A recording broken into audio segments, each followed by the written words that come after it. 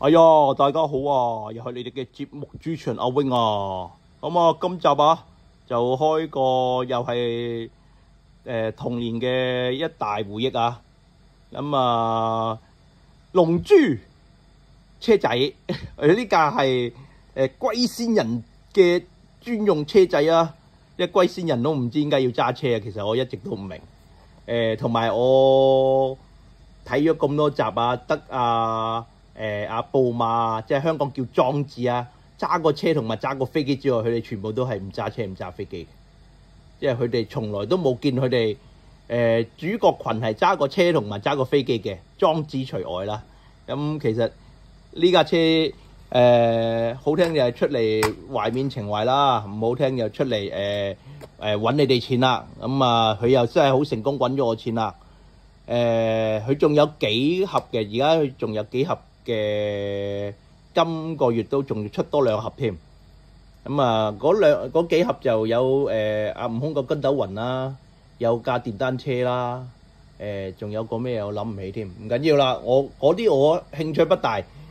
最新呢個仲有阿菲利嗰張凳啊，阿菲利嗰張凳啊。出咗張菲利張凳，我覺得話係不得之了，簡直犀利。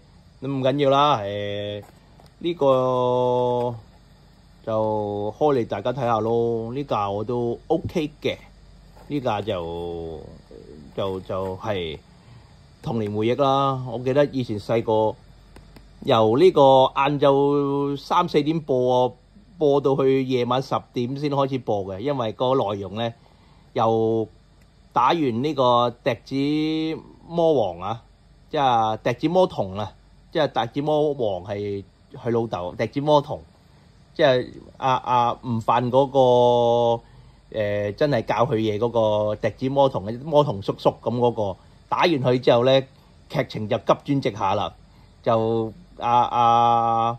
比達啊嗰啲一嚟到咧就變得極之打鬥血腥咁樣啦。咁就真係唔適合2、3點俾細路仔睇。不過嗰陣時就係變咗佢哋高峰，我一轉咗個畫風就真係變得晒成件事變晒。就本來唔係好收得嘅，就變得係爆發性全球一個風潮咁樣啦。好啦，開箱啦，開箱。呢啲真係懷緬過去啦。而家啲細路會唔會有呢咁嘅嘢咧？都有嘅。鬼滅啊，巨人啊，咁嗰啲都算係嘅，但係就我覺得唔夠，真係唔夠龍珠抽，真係唔夠龍珠咁恐怖成件事。好，喂又，呢個掹到出嚟啊？喂，呢個棘一棘喎，好似掹唔到喎，係咪啊？定係要開埋呢邊？我開埋呢邊先，都唔得喎。得啦，開埋呢邊就得啦。咁啊個盒就咁樣啦，好。咁啊呢個就因為唔係無限系列嘅，佢嗰個盒個設計就同無限系列係有一個區別嘅。佢個盒都係特別一個系列出嚟嘅一個盒個 size 嘅，其他都冇呢個 size 嘅。咁啊呢個攞開去啦，哇！好聚手啊，都幾重下個一攞上手個感覺。因為嗱呢個就膠底嚟嘅，咁唔緊要啦。但係呢啲邊呢啲外殼就摸上去係冰冰涼涼，應該係金屬嚟嘅。咁呢啲就門就冇得開喎，門冇得開嘅，呢啲門冇得開嘅，即係所有嘢都冇得開嘅，係嘛？係啦，所有嘢都冇得開嘅。咁只係一架俾你攞嚟玩下嘅啫。呢架都唔平啊，無限盒嗰啲價錢嚟嘅。呢架車有個轆好細，但係亦都有避震。OK， 俾個好評佢。即係雖然佢個轆做到咁細，即係做翻佢嗰個漫畫畫嗰個比例咁，但係就都 OK 啦。咁呢架就雙情旅行車啦。有冇我唔知有冇實物做參考嘅咧，定係阿廖山明啊自己原創嘅咧？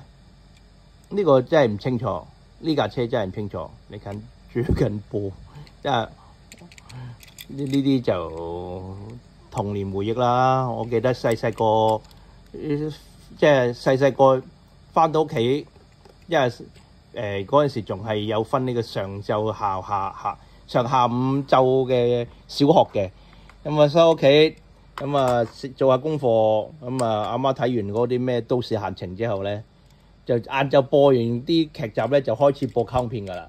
咁啊大概3點零4點到開始播卡通片啦。嗰陣時就最開心喺度睇，咁啊嗰陣時都好似仲係閃電傳真機，咁啊裏邊係播呢個龍珠嘅。咁我仲記得，我有陣時會走去，我表弟就住喺我屋企樓下嗰一層，即係我哋嗰一啲樓成20層咁高嘅。咁我住14樓，佢就住13樓嘅。嗰陣時啱啱好就派到即係嗰啲公屋啊，咁啊即係窮人啦，住公屋啦，唔好理啦，咁樣窮人住公屋好正常。咁啊，佢住我樓下，有就走落去揾佢玩嘅。咁啊嗰陣時都係一個好開心嘅童年。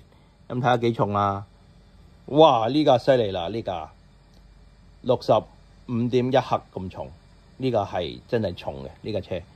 咁就各方面就不過不失咯。你話好好又唔係咯，差又未到咯。咁就睇你自己點樣諗咯。咁呢個車仔直情而家懶到直情係就咁一塊嘢算數啦，連畫線都唔畫啦，嗰啲都唔搞啦，我唔同你扮嘢啦，我而家扮都唔扮啦，我而家直接嚟，好 OK，咁啊算啦，有時候就係咁樣噶啦。好啦，呢集唔好咁長啦，6分幾鐘啦，算數啦。咁啊，我仲記得係嗰陣時，哇，細細個個都識唱佢首歌個。殺啊！人生於這個地方，稱呼叫悟空咁樣噶。好啦，呢集就去到咁啦。咁唔係悟空啊，呢個係龜仙人嘅。龜仙人同大家講聲拜拜，拜拜。